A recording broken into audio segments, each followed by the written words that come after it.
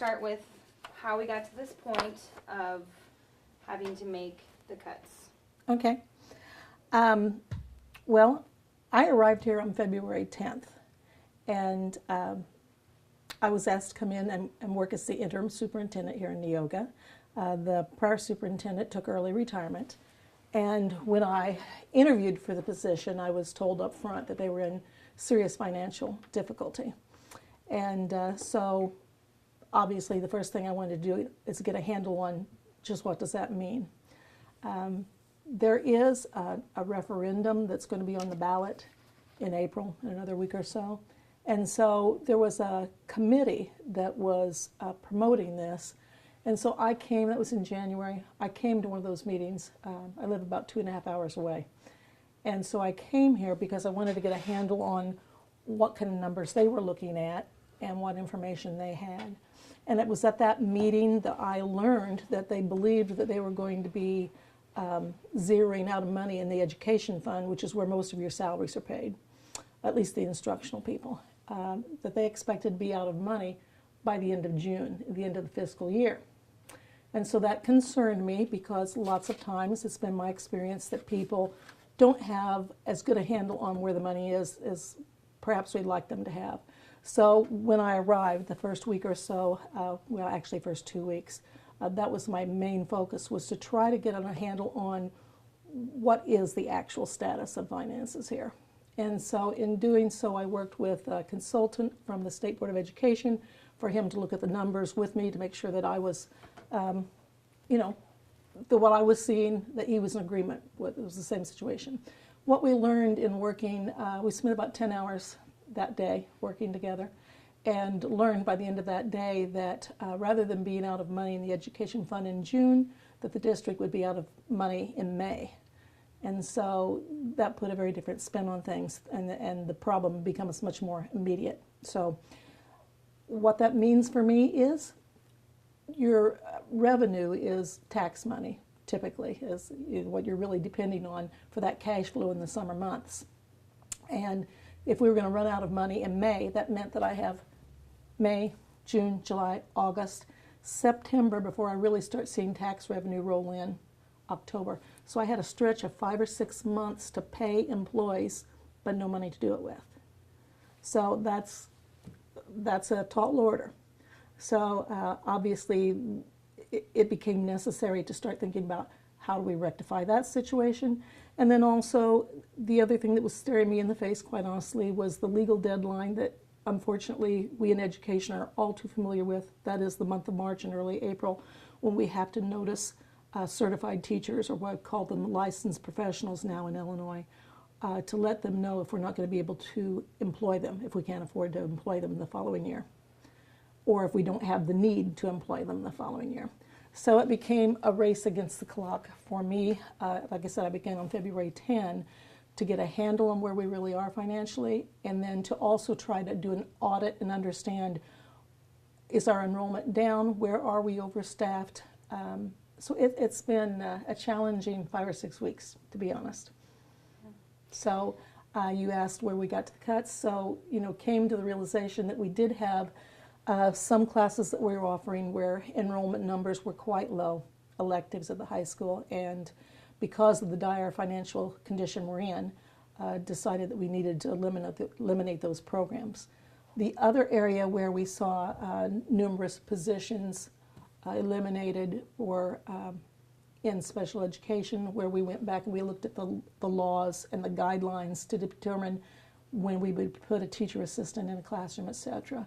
We found out that we were significantly overstaffed in that area, and so a number of those positions were eliminated. What's interesting and confusing to people, though, is that whenever you're talking about the IDEA Act, Individuals with Disability Education Act, if you cut from the special ed spending, you then have to reallocate that same amount of money for other services or to support special ed. So when we talk about cutting $352,000 of special ed teaching positions or support positions, then that money has to be reinvested in other special ed needs. So next year, rather than employing all of those staff members, we will instead be able to buy equipment, instructional materials, professional development for those teachers, etc. And those are items the district is sorely needed and been doing without. And so it's really, you're taking the money, you're not really saving money, you're taking that money and using it in another way that's more beneficial to kids, rather than having excessive employees beyond what we needed. In time, you're able to reduce that number, and the savings will start to show up in the years to follow. But it's just one of those weird, quirky things with the law that people don't understand. So although we cut $992,000 from next year's budget, it sounds as if we did it. I didn't say that right. We cut $992,000 in positions, but $352,000 of that are those special ed positions. So in fact, we're not saving that $352,000. We are spending it in a different way. We also, prior to me coming last October, the board determined after a study that they needed to close one of the buildings. We have 3 buildings presently, a high school that was originally built as a junior senior high.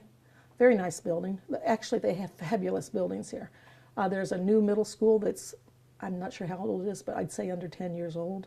And then the elementary building across town is the one that was determined was the one to close.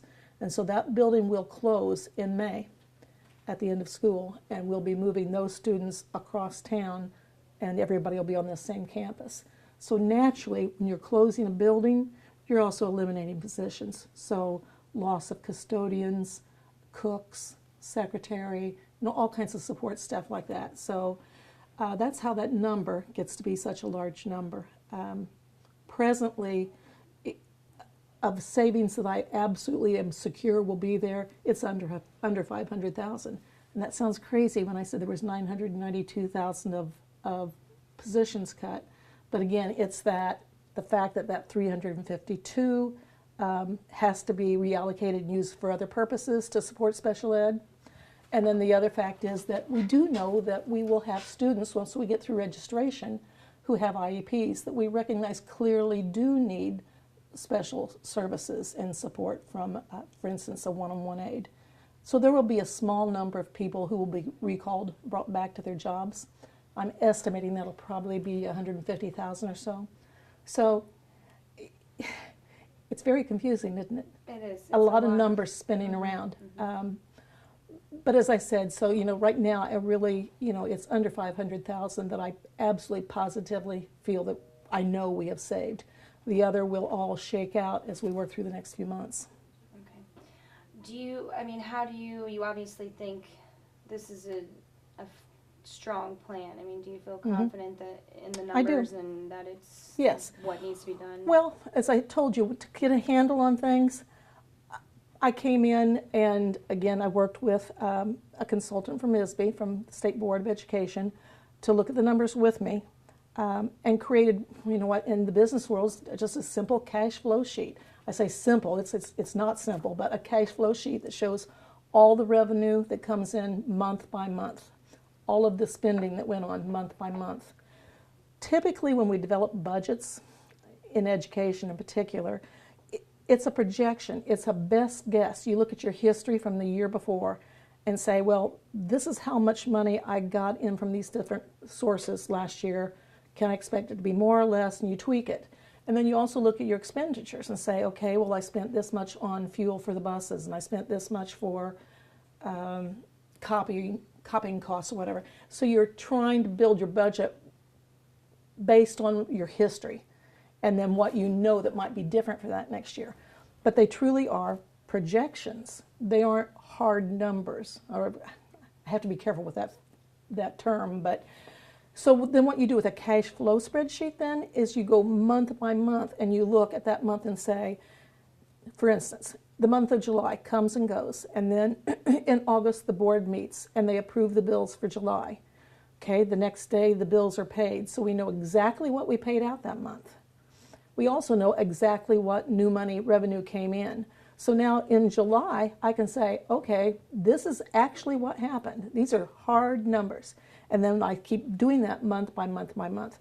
So what I did was go back from July 1st, which is the beginning of our fiscal year, and got hard numbers for each one of those months.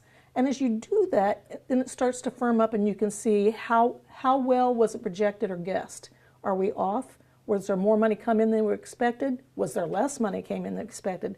And if there's less money, then what do I have to adjust and do differently? I've got to adjust my spending. So it just keeps a district, it helps you keep a handle on what's really going on. And so we are now doing that, and we will continue to do that from this day forward so that we have a much better handle of where we are. Like I told you, we thought, it was believed that it would be June when they ran out of money. The reality is it's going to be May that they don't have enough money. So, you know, just 1 month's time makes a heck of a difference. Can you kind of talk about, I mean, you kind of came into a whirlwind of things here. Yes. How does that feel? I mean, it's a small community. This means a lot to them. Absolutely. What's it like kind of on a daily basis for you to try to... I was charmed by this community. I felt very welcomed here. I still feel so. It's been interesting because obviously you have people, the town is very divided right now over people who are for the referendum and pro-referendum and others who have their doubts. We got FOIA, Freedom of Information Act, quite a lot. My first weeks here, it was just this overwhelming deluge of requests for lots and lots and lots of data. And so we probably spent 3 days doing nothing but that when I was first here.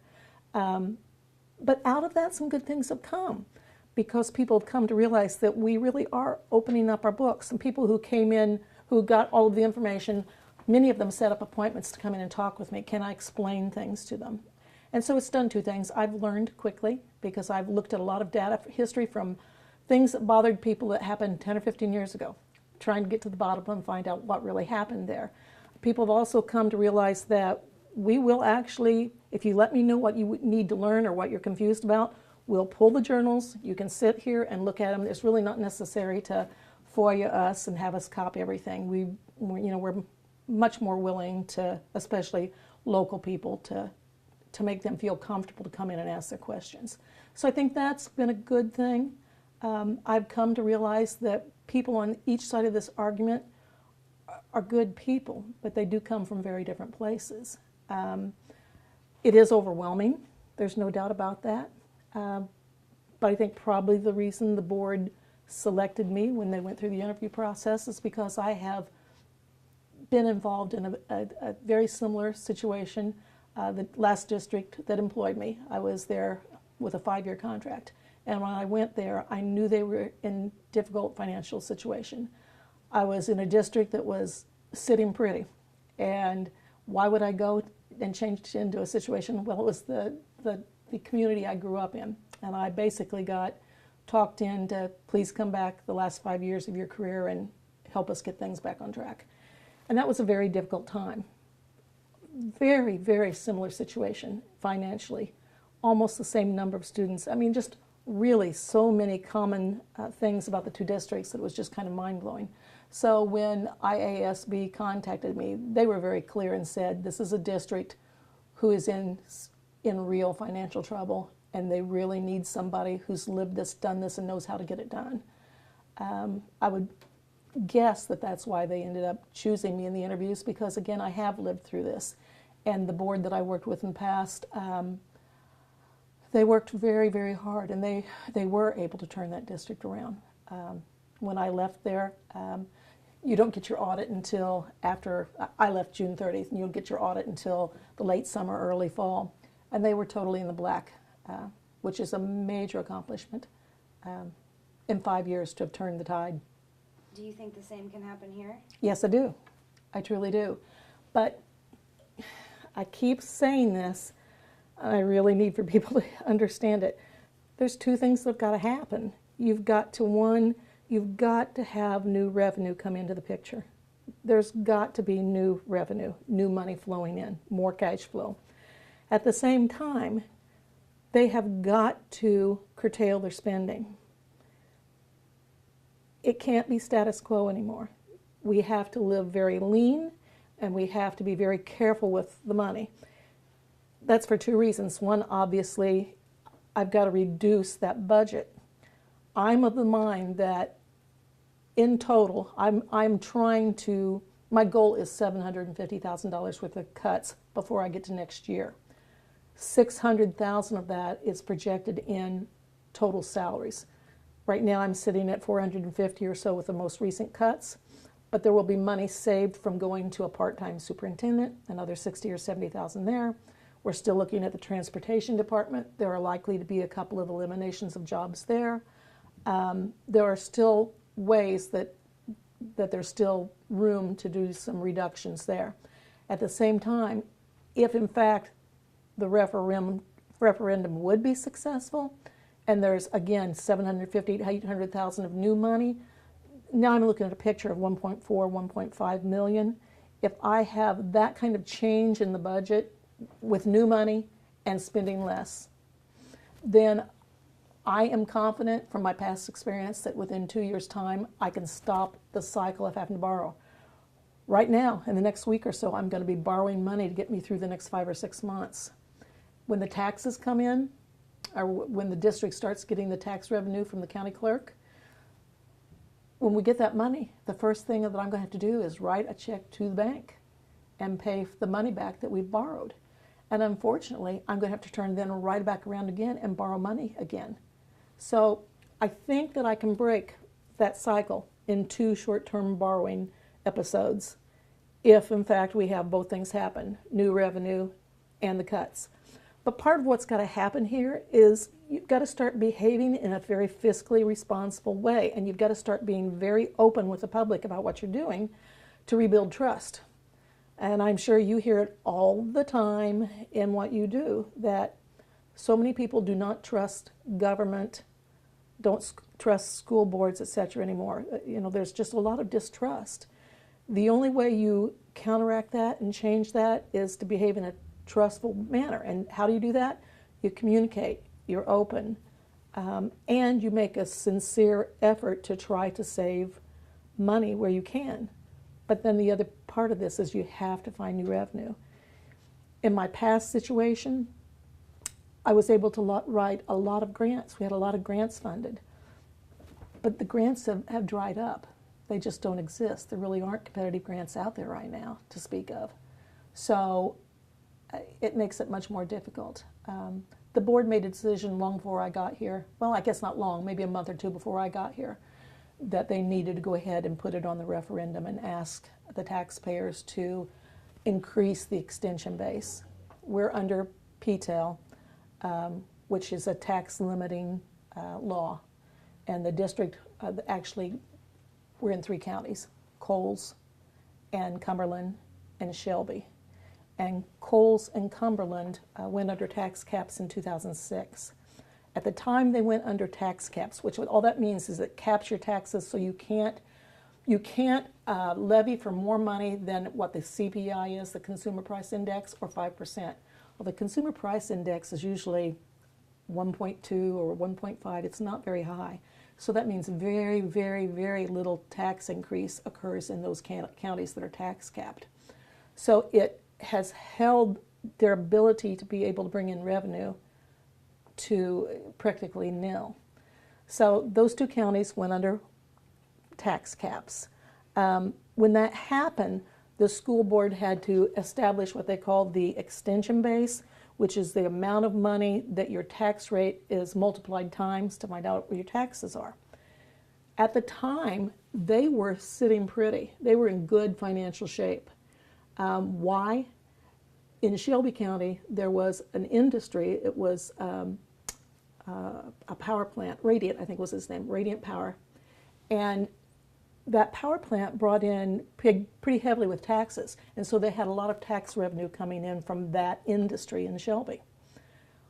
What happened is they went under PTEL, and because they felt that they had this good tax income, they chose not to levy for the full amount that they legally could. They actually reduced it by $500,000. So when when the board established their tax base, the extension base, They purposely made it $500,000 less than what they legally could have. Why would they do that? They thought they were giving the taxpayers, and they were giving the taxpayers a break. Why did they feel they could do that? Because of the revenue that was coming in out of Shelby County for this power company. Well, it seems like a good move. In hindsight, was not the best move. Radiant decided to seek relief on their taxes, appealed, and the courts ended up siding with Radiant. Their argument was that they were not a permanent fixture, not a permanent power plant, but they were mobile. And so the taxes had to be paid back.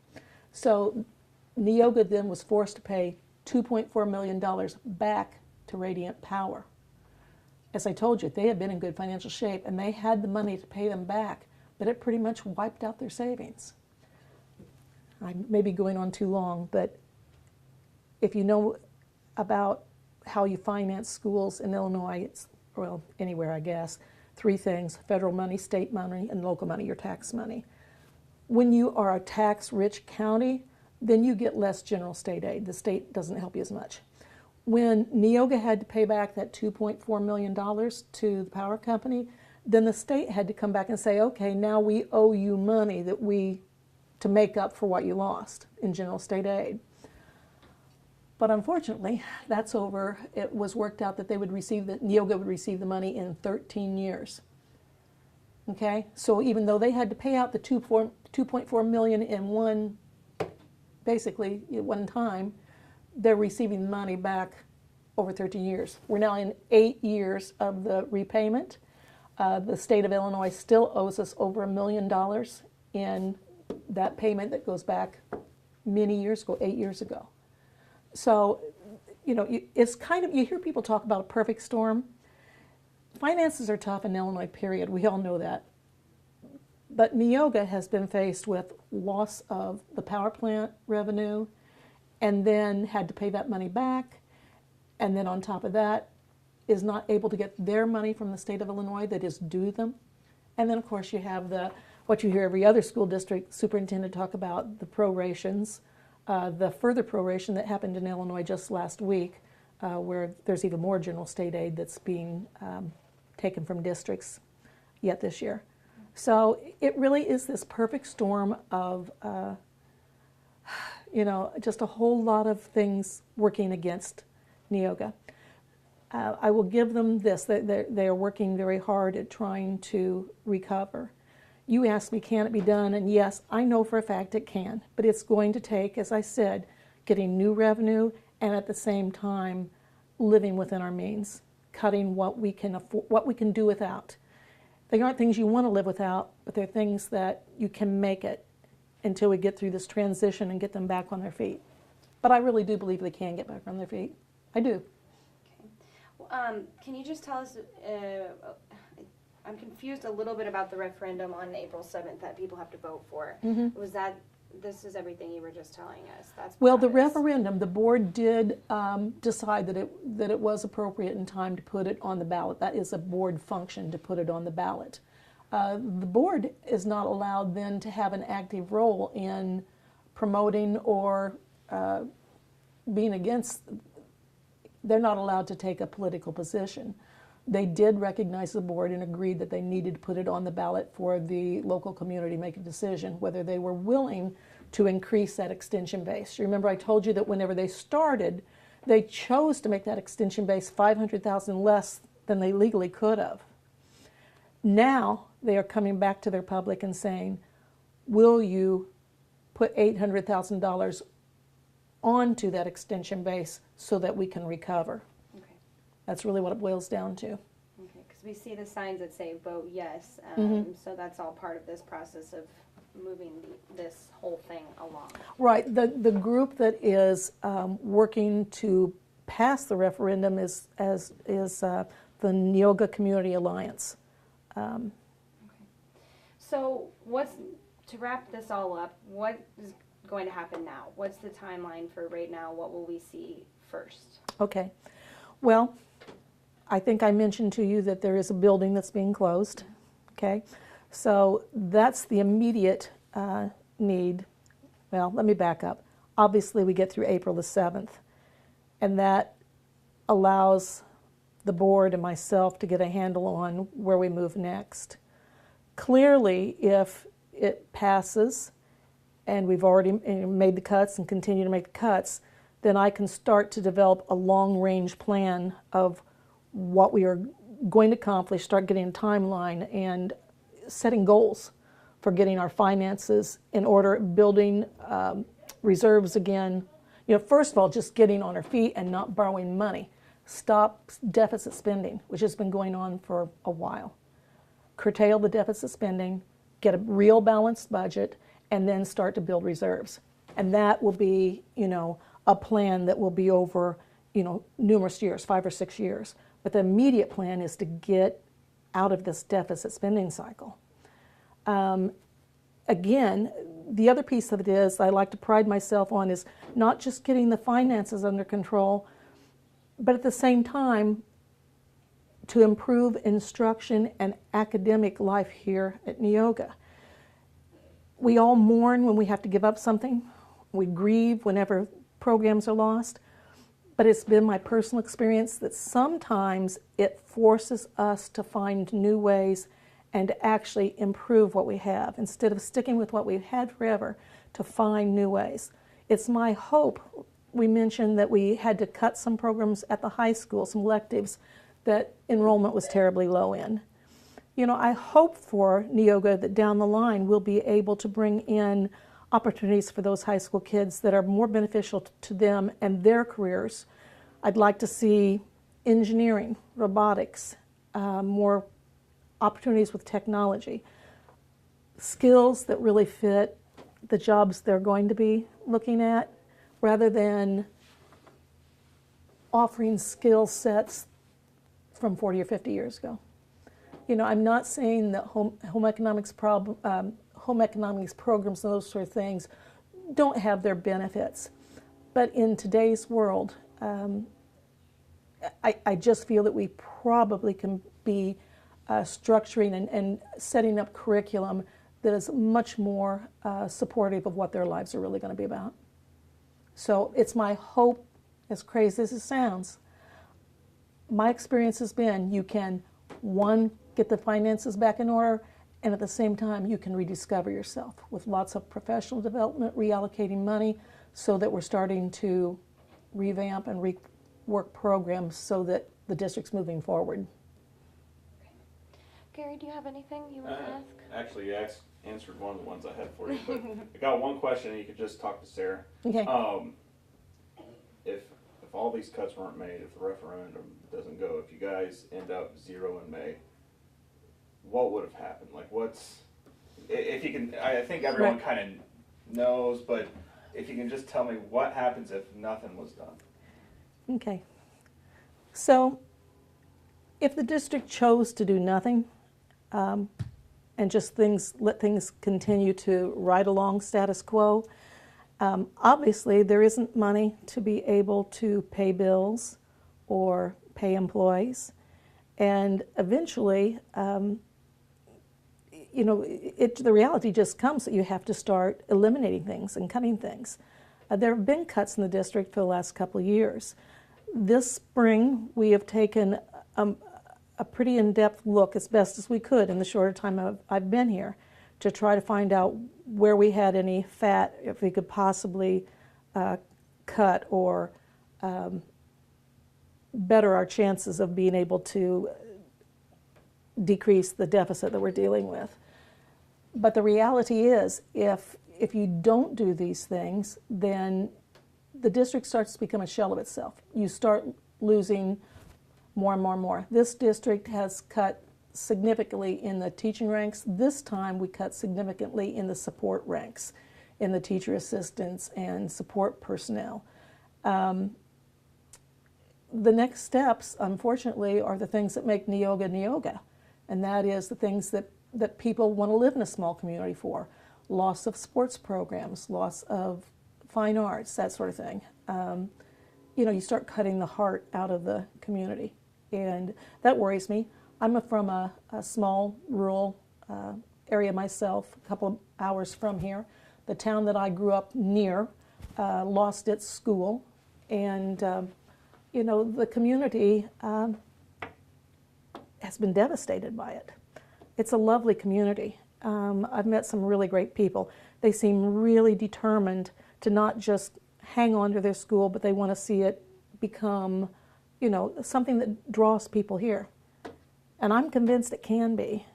I genuinely am. But it's going to take hard work. Can be done. Great. all I Is there got for anything you want to add that we didn't touch on? I think you're great. I didn't even have to ask anything. I talk too much. No, it's great. Perfect. And I want really people great. to understand. I guess if there's one thing I could add, I am really convinced at this point in my career, well, I'm retired, but in my renewed career, the one thing, I guess I come at this a little differently because I really don't have anything to lose. I'm here to help, and I really do believe that the more informed people are, whether they want to hear it or not, it may not be stuff they want to hear, but the more they actually really understand about the data and are really informed, the better their decision's going to be. Perfect example, the board who in good faith made the decision not to take off that $500,000 off the extension base. Had they known, had they had an inkling that a year or so later that the power company would be seeking to pull out all that revenue away, I'm sure they wouldn't have made that decision. You know, hindsight's always better for all of us, but you know, it just shows us how important it is to research and dig before you make decisions. And it goes back to the FOIA thing too. FOIA is one of those things that it can be, it's painstaking. It takes a lot of time away from what we're trying to accomplish in the office.